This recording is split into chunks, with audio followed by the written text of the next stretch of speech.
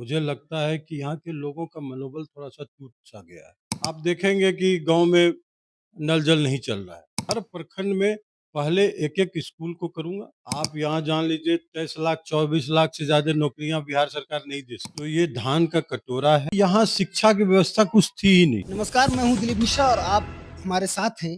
और आज हम आपके बीच में हमारे साथ ऐसे गेस्ट हैं जिनका पारिवारिक राजनीतिक रिश्ता है, जिनकी माताजी, पिताजी और भाई पार्टी के शीर्ष नेतृत्व में लगे हुए हैं। और हमारे साथ में इसी कड़ी में जो हमारे मेहमान हैं, वो इंजीनियर रोहित चौधरी, जो इस समय युवा सम्राट अपनी विधानसभा तारापुर में लोगों की एक चाह है, जो उन्हें युवा सम्राट के नाम से पुकारते हैं। इसी कड़ी में हमारे साथ में आए हैं वो, और इस बार वो इस तारापुर विधानसभा से चुनावी मैदान में आ रहे हैं। और क्या कुछ उनकी रणनीति है, क्या कुछ कहना है, वो युवाओं के लिए क्या सोचते हैं, यहाँ की जनता के लिए क्या कुछ नया करना चाहते हैं, उनसे ही बात करेंगे। बहुत बहुत स्वागत है सर आप। धन्यवाद। सर, इस बार जो इस समय लहर चल रही है, बहुत ज्यादा बवंडर मच रहे हैं कि पार्टी को लेकर के, चुनाव टिकट को लेकर के इशूज चल रहे हैं, उसमें जिस कड़ी पे सारी चीजें चल रही हैं, क्या लग रहा है जिससे आपको मौका मिलता है, और मौका मिलते ही यदि आपको वो एमएलए पद का भार मिलता है, उसमें प्रतिनिधित्व करते हैं जनता का, तो पहले ऐसे कौन से 5 कार्य होंगे जो आप जनता हित के लिए करना चाहेंगे? देखिए, सबसे पहले तारापुर विधानसभा में मुझे लगता है कि यहाँ के लोगों का मनोबल थोड़ा-सा टूट-सा गया है। मुझे उस पे सबसे ज़्यादा कार्य करने की ज़रूरत होगी कि मैं यहाँ के लोगों का मनोबल उठाऊँ। जब मेरे पिताजी यहाँ थे, जब यहाँ से 7 बार एमएलए हुए, तो उनका सबसे बड़ा जो आज भी लोग याद करते हैं उन्हें, कि उनके टाइम में कार्यकर्ता हो या यहाँ के लोग हों, वो सभी लोग अपने आप को मजबूत मानते थे। ये सबसे बड़ी चीज़ है, जनताओं के बीच में अपने आप को मजबूत कराना, ये मेरी पहली प्राथमिकता होगी। दूसरी, यहाँ आपने देखा होगा कि सरकार ने नल जल योजना किया है, लेकिन ये कुव्यवस्थित है। मेरा मानना है कि ये इतना उपयोगी योजना है, जिससे घर-घर में जाके घर-घर नल और जल मिल रहा हो, इससे अच्छा कुछ नहीं हो सकता। तो मेरा मानना है कि उस कुव्यवस्था को खत्म करेंगे और ऐसा गाँव में ही व्यवस्थित करेंगे कि लोग उसके प्रति थोड़ा-सा जागरूक बने। छोटा-छोटा चीज़ के लिए आप देखेंगे कि गाँव में नल जल नहीं चल रहा है। कहीं मशीन फ़ेल हो गया, कहीं कुछ हो गया, तो उसको व्यवस्थित करेंगे। तीसरा हो गया, शिक्षा और स्वास्थ्य को बेहतर और कराएँगे। जैसे यहाँ की स्कूलें की स्थिति बहुत गंदी है। आप मैं इतना ज़रूर कहूँगा कि मैं फंड के माध्यम से, जो हमें अगर ये व्यवस्था मिलती है, तो प्रखंड में मैं हर प्रखंड में सबसे पहले एक इंटरनेशनल स्कूल के टाइप से, जैसा कि मैंने प्राइवेटली अपना काम किया भी है और लोग देख भी सकते हैं कि प्राइवेटली जो मैंने किया है, उस स्तर पर हर प्रखंड में पहले एक-एक स्कूल को करूँगा, फिर धीरे-धीरे उसको योजनाबद्ध करूँगा। चौथा है कि युवाओं को जो मैं चाहता हूँ कि कौशल प्रशिक्षण करवाऊँ यहाँ। मैं भी अपने संस्थाओं के द्वारा कोशिश में लगा हुआ हूँ कि कौशल प्रशिक्षण करके रोजगार की व्यवस्था करें। आप देखिए, सरकारी व्यवस्था लिमिटेड है। आप यहाँ जान लीजिए 23 लाख 24 लाख से ज़्यादा नौकरियाँ बिहार सरकार नहीं दे सकती। या उससे ज़्यादा आप 3-4 और लाख बढ़ा सकते हैं। लेकिन अब आबादी युवाओं की हमारी 65% है। आप उस युवाओं का कौशल प्रशिक्षण के द्वारा ही उसे योजनाबद्ध तरीके से आप उसे रोजगार दिला सकते हैं। 5वां है कि यहाँ पे सिंचाई व्यवस्था भी कुव्यवस्थित है। इतना पानी है कि आपको बता नहीं सकता हूँ। तारापुर में अगर कुव्यवस्था सिंचाई की जो है उसे खत्म कर दिया जाए, तो ये धान का कटोरा है। यहाँ आप राइस मिल तक खोल सकते हैं, जो कि नहीं है। रोड, बिजली, पानी, तारापुर का हाल सभी को पता है। अगर आप एमएलए बनते हैं तो पहला काम सबसे पहले इनमें से कौन-सा करेंगे? देखिए, रोड, बिजली, ये जो आप कुव्यवस्थित देख रहे हैं, इस पे वर्क सरकार के द्वारा हो रहा है। लेकिन अगर मेरे मुझे मौका मिलता है तो मैं तो इतना ज़रूर कहूँगा कि ये जो भ्रष्टाचार का सिस्टम बना हुआ है तारापुर में, उसको जैसे ही उसका नस दबाऊँगा ना, तो ये अपने आप ठीक हो जाएगा।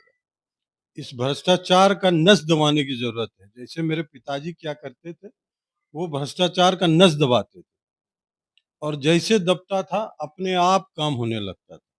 इसलिए उस चीज़ को तो मैं बहुत अच्छा से डील कर सकता हूँ। जैसे आप कह रहे हैं कि आपके पिताजी के कार्यकाल में जिस तरह से अफ़सरशाही नहीं थी, लोगों की पुकार सुनी जाती थी। तो आप युवा हैं और आप जिस तरह का ये अफ़सरशाही चल रही है और युवाओं की समस्याएँ बहुत ज़्यादा हैं, उनके लिए क्या करेंगे? युवा के लिए देखिए, युवा के लिए सबसे पहले तो मेरा ये है कि मैंने आपको बताया है कि कौशल प्रशिक्षण से जो लोग चाहते हैं कि हम रोज़गार में जाएँ, रोज़गार में जाएँ तो उसे व्यवस्थित करना, एक कौशल प्रशिक्षण जो सरकार भारत सरकार के द्वारा भी चल रहा है, हम भी अपने संस्थाओं के द्वारा सोच रहे हैं कि कुछ यहाँ भी व्यवस्थित करेंगे। सबसे बड़ा है कि गाइडलाइन, युवाओं को गाइडलाइन कैसे क्या मिलता है? मेरे पास लोग आते हैं कि सर मुझे डी फार्मा करना है, मुझे एडमिशन करवा दीजिए। लेकिन मैं कहता हूँ यार आप बी फार्मा करो अगर आपके पास एज है। आप 25 से नीचे हो तो आप बी फार्मा करो, जिससे ऑप्शन आपके खुले रहेंगे। आप नौकरी कर सकते हैं उसमें, आप एजेंसी ले सकते हैं, बड़े काम कर सकते हैं, आप सरकारी नौकरी में जा सकते हैं। डी फार्मा में आप एक दवाई का दुकान खोलिएगा, 10 से 15 हज़ार रुपया कमाई हो। लेकिन बी फार्मा तो इस तरह के गाइडलाइन जो है, ये बहुत ज़रूरी है युवाओं के बीच में। जब आप एक युवा थे, ठीक है?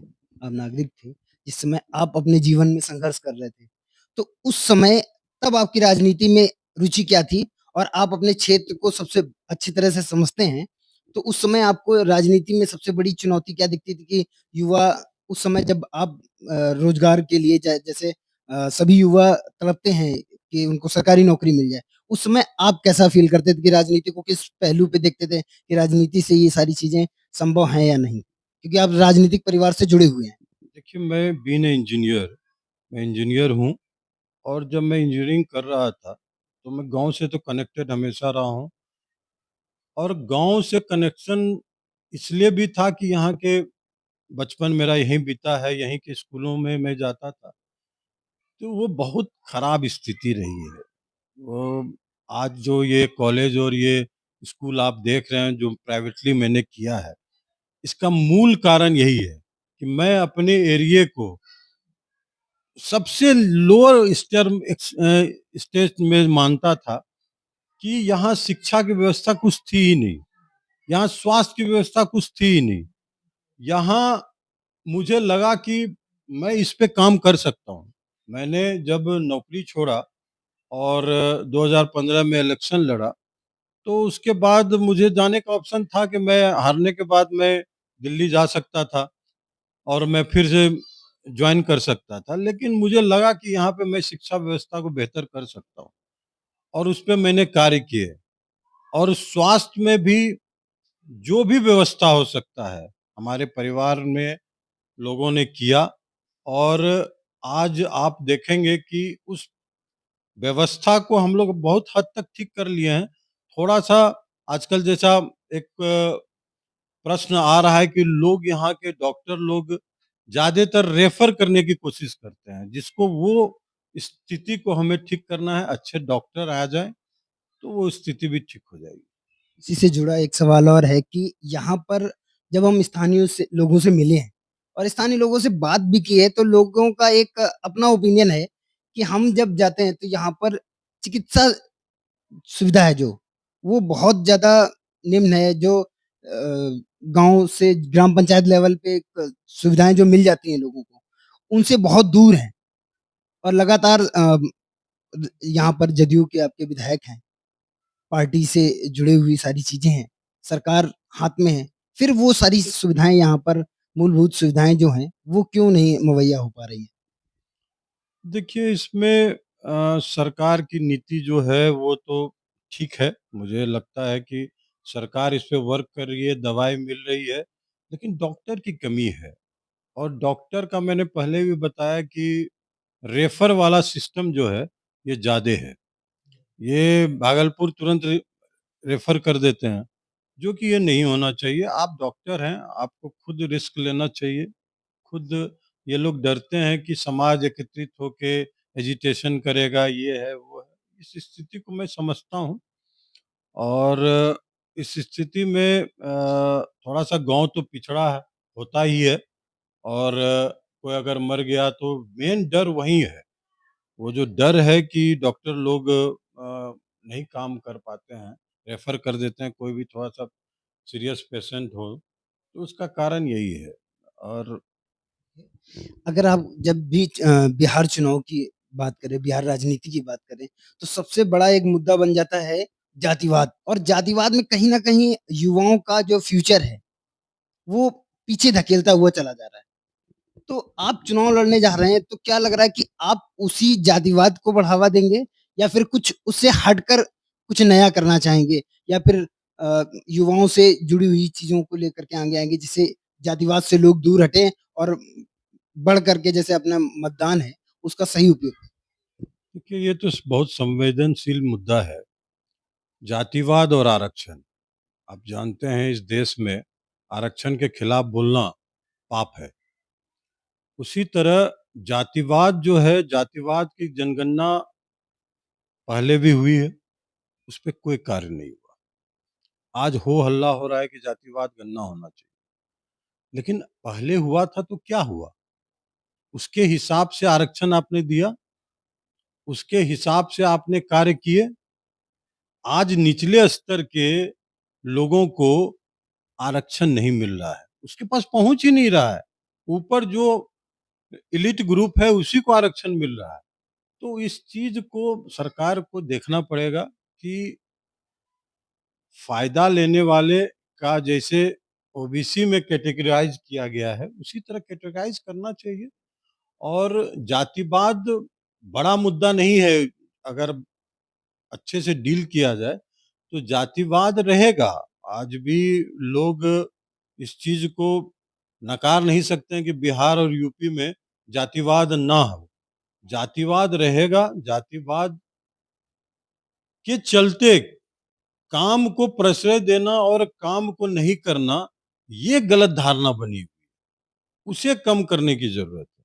जैसे आरजेडी में कहते हैं कि एमवाई समीकरण, तो ये एमवाई समीकरण क्या लगता है कि सिर्फ़ जो आरजेडी का एक निश्चित ढाँचा बन चुका है कि एमवाई समीकरण, वो उसी पे कांग्रेस और जो उनका गठबंधन है, उस पे खेलता है।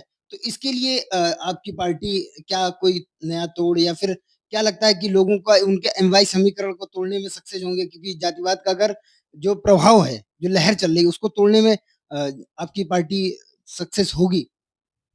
देखिए, महिलाओं में तो टूट हुआ है। आप देखिए, महिलाओं को जो कनेक्टिविटी दिया गया है, जो रोज़गार की व्यवस्था की गई जीविका के द्वारा या और भी व्यवस्था जो सरकार का चल रहा है, उसके चलते तो टूट हुआ है।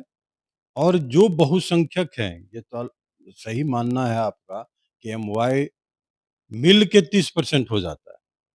तो बहुसंख्यक यही हैं, ये 2 जात मिल के बहुसंख्यक हो जाते हैं।